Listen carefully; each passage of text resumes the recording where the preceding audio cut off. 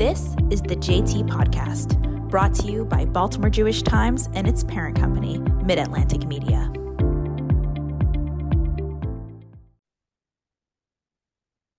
Hi, my name is Selamaya Zickelboim. I'm the editor of the Baltimore Jewish Times, and I am here today with State Senator Shelly Hettleman, who has been in the Maryland Senate since 2020. And before that, she also served in the Maryland House of Delegates. Very recently, she helped launch the Maryland Jewish Legislative Caucus. So thank you so much for being here today.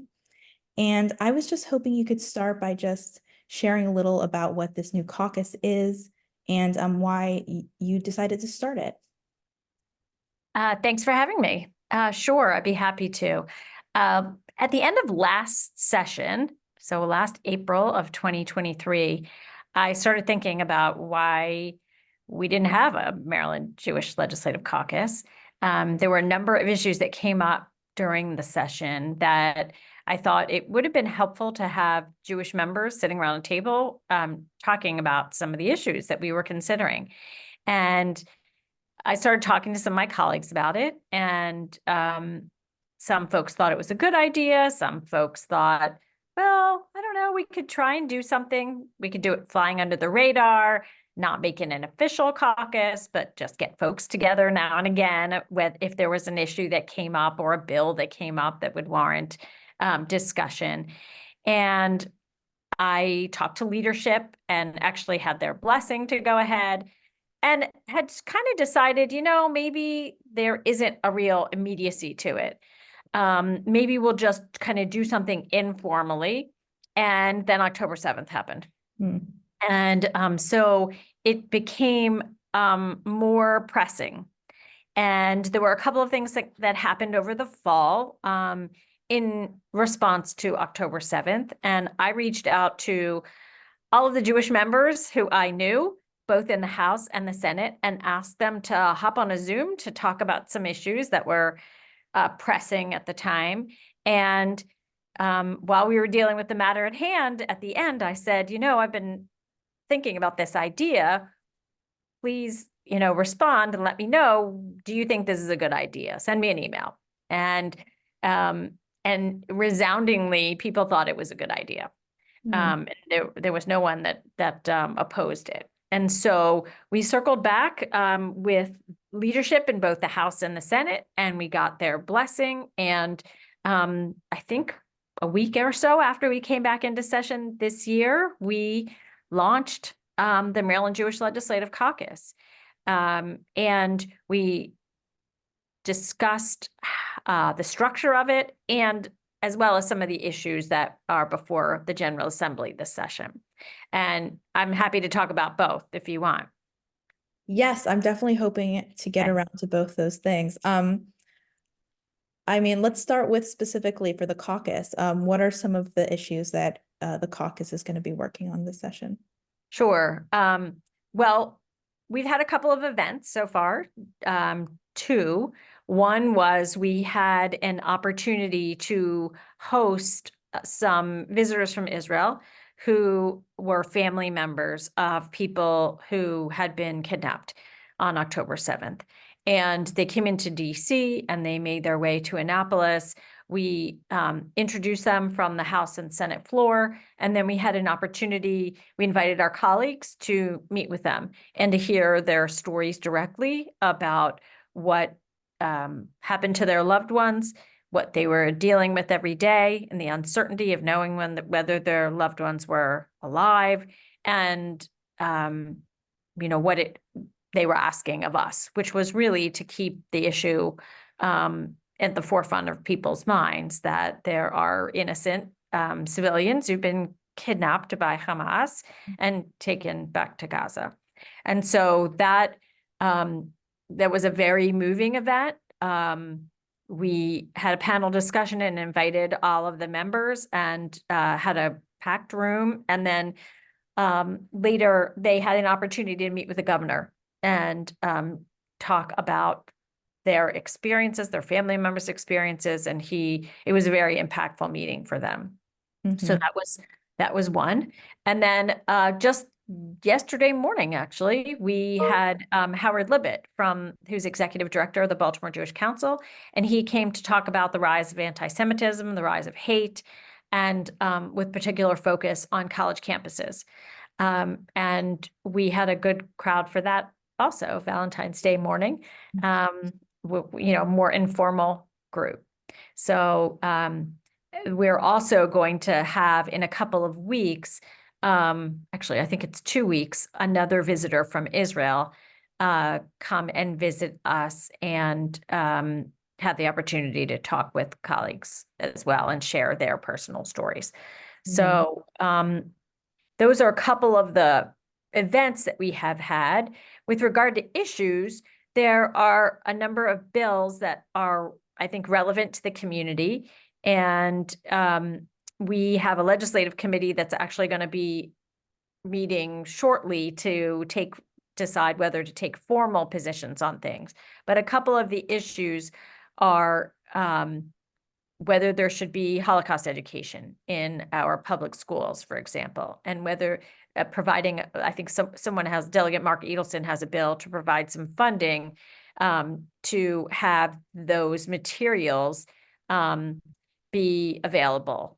I think it's a grant that local school systems can apply to the State Board of Education to get some funding to assist them in Holocaust education.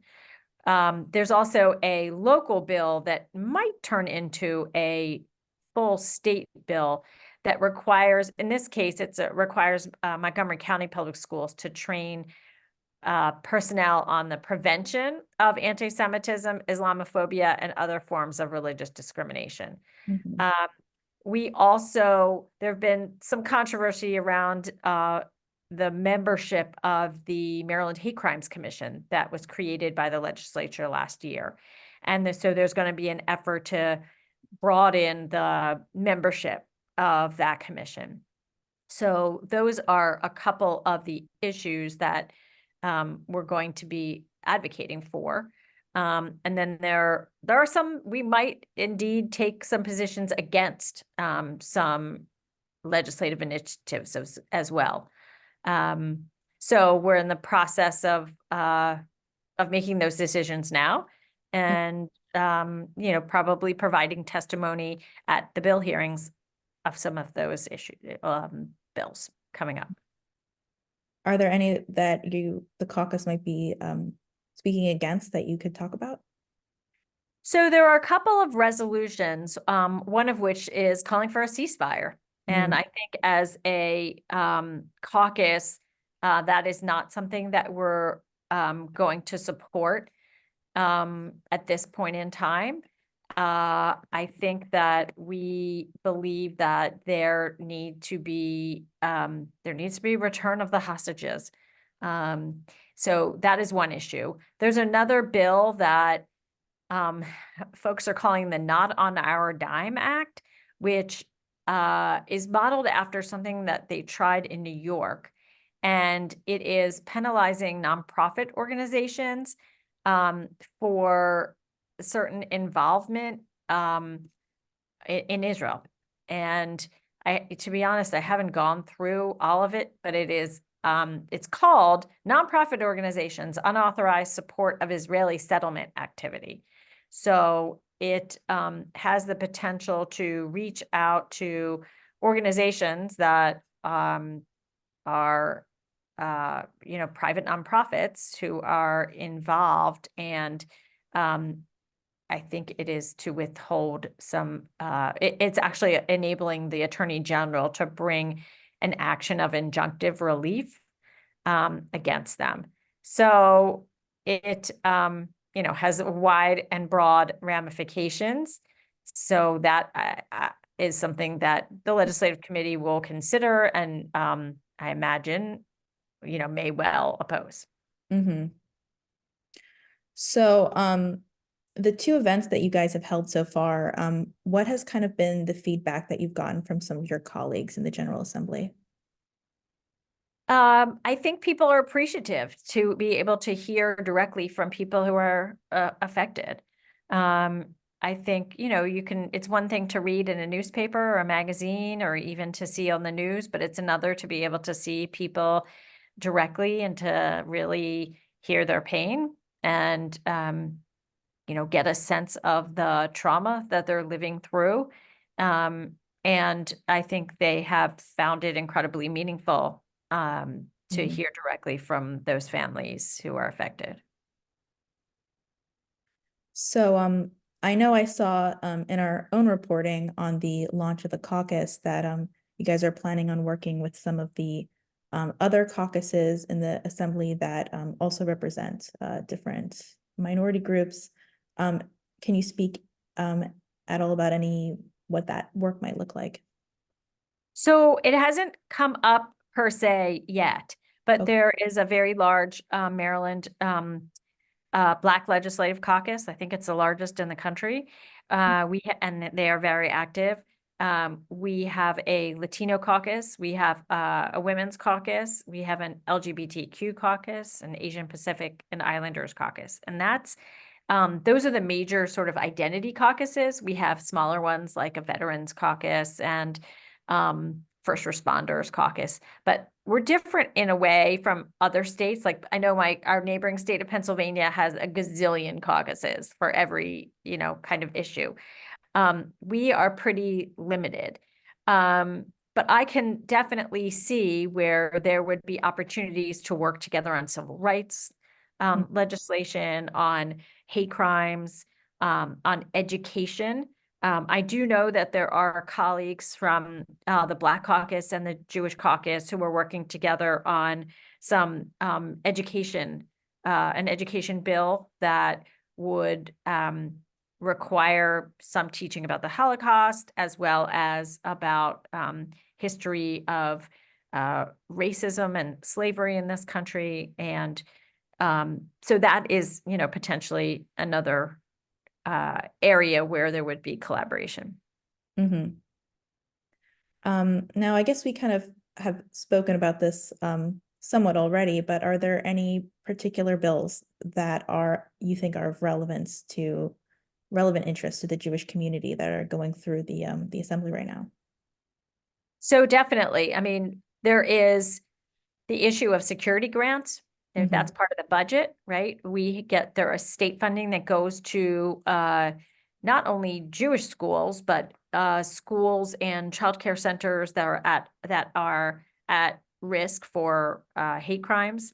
Um, that is, those issues are certainly at the forefront.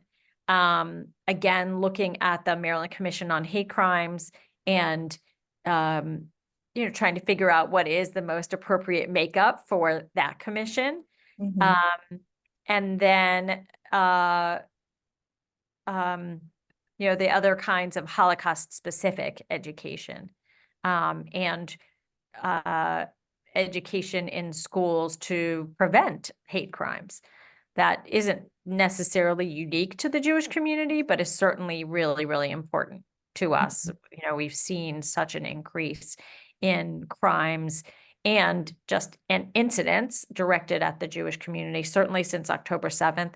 That is alarming. And so we want to make sure that we have the appropriate laws in place to be able to hold people accountable for those kinds of actions, and that we're also trying to prevent things like that. And part of prevention is education. Mm-hmm. Well, those were the big topics that I was hoping to cover with you. Kind of before we end our call, is there anything else that you would like to share about the caucus or issues in the assembly or, yeah? One of the other meetings that we had that I didn't mention is we had a meeting with the Jewish members of the caucus with the governor. That was pretty wonderful. We had a breakfast a few weeks back. And I just feel very fortunate that we have a governor who I think really understands and has deep relationships in the Jewish community. And so that is really helpful to us. And he is accessible and he understands I think what's going on in the Jewish community and what's going on in the larger community right now. And so I really appreciated that he extended the invitation to all of us to be able to meet with him and talk with him. I also appreciate that many colleagues, and this is a bipartisan way, have come together and expressed interest in joining our caucus. So we have Jewish members, and we have about 20 Jewish members of the caucus, but we also have more than that in non-Jewish members. So I think that that is really important too, is that we have lots of people here who are not Jewish who represent big parts of the Jewish community, one, and two, that are interested in building strong ties with the Jewish community across the state. So I have a colleague, Jared Solomon, who is a co-chair of the caucus. And he's from Montgomery County. Obviously, Baltimore area and Montgomery County areas are kind of the two most populous, I think, of parts of the Jewish community live in those two areas. So it made sense to me to have somebody from the Baltimore area and Montgomery County, and as well as somebody from the House and Senate. But it's really been it's been a great experience so far working with people. You know, the other thing is we are trying to educate our colleagues. So much, I think, of what is happening in the larger community is, some of it, of course, is anti-Semitism, right? But some of it is ignorance about the history of the Middle East, ignorance about the establishment of the State of Israel. You know, these are foreign relations issues that don't often come before the Maryland General Assembly, right? They come before Congress down the street much more frequently than they do in Annapolis. And so when our colleagues are hearing from people, their constituents or others about, you know, there's a resolution, you know, like I said earlier, calling for a ceasefire, they're sort of mystified by it, right? They read the paper, but some of them have not been steeped in these issues. And so we've been able to kind of provide them with some background information. I've had a couple of long sit-down conversations with my colleagues that I think the caucus has enabled us to do in a way that is different. And so I've really appreciated my colleagues reaching out and asking questions and being able to do so in a non-threatening, you know, I have said, ask me anything, like no question is dumb. And I'm not gonna, you know, no judgment, you know, please just feel free. And this is a safe space in which to ask things. And I'd much rather have folks be able to do that and have other colleagues that they can do that with than, you know, issue a statement that then they later regret, or, you know, say something publicly or take a position that they don't fully understand. So it's been, I think, a really worthwhile effort for my colleagues and I to come together to do this. And I'm sure it's not going to be smooth sailing the whole time. You know, we're going to wade into some controversial issues in the next 60 days or so that we have left. But that's okay. I just do think it's really important that we have a formal structure and entity where we can take positions and kind of be the one-stop shop for the community too. The community who want to reach out to Jewish members and members that care about the Jewish community. Yeah, it sounds like, I mean, it sounds like you guys have been accomplishing a lot and that you're really able to be a good resource and a good voice representing Jews in Maryland in the General Assembly. I hope so. The other thing is, like, we're a really diverse community, right? We're a diverse community here, and the diversity of Israel is pretty incredible that I think people don't fully understand. So there are lots of opportunities to educate our policymakers. So I'm happy to, you know, play a small role in doing that. Okay. Well, thank you again for speaking with me today. Sure. Thank you for having me. Okay. Appreciate it. Take care. Bye.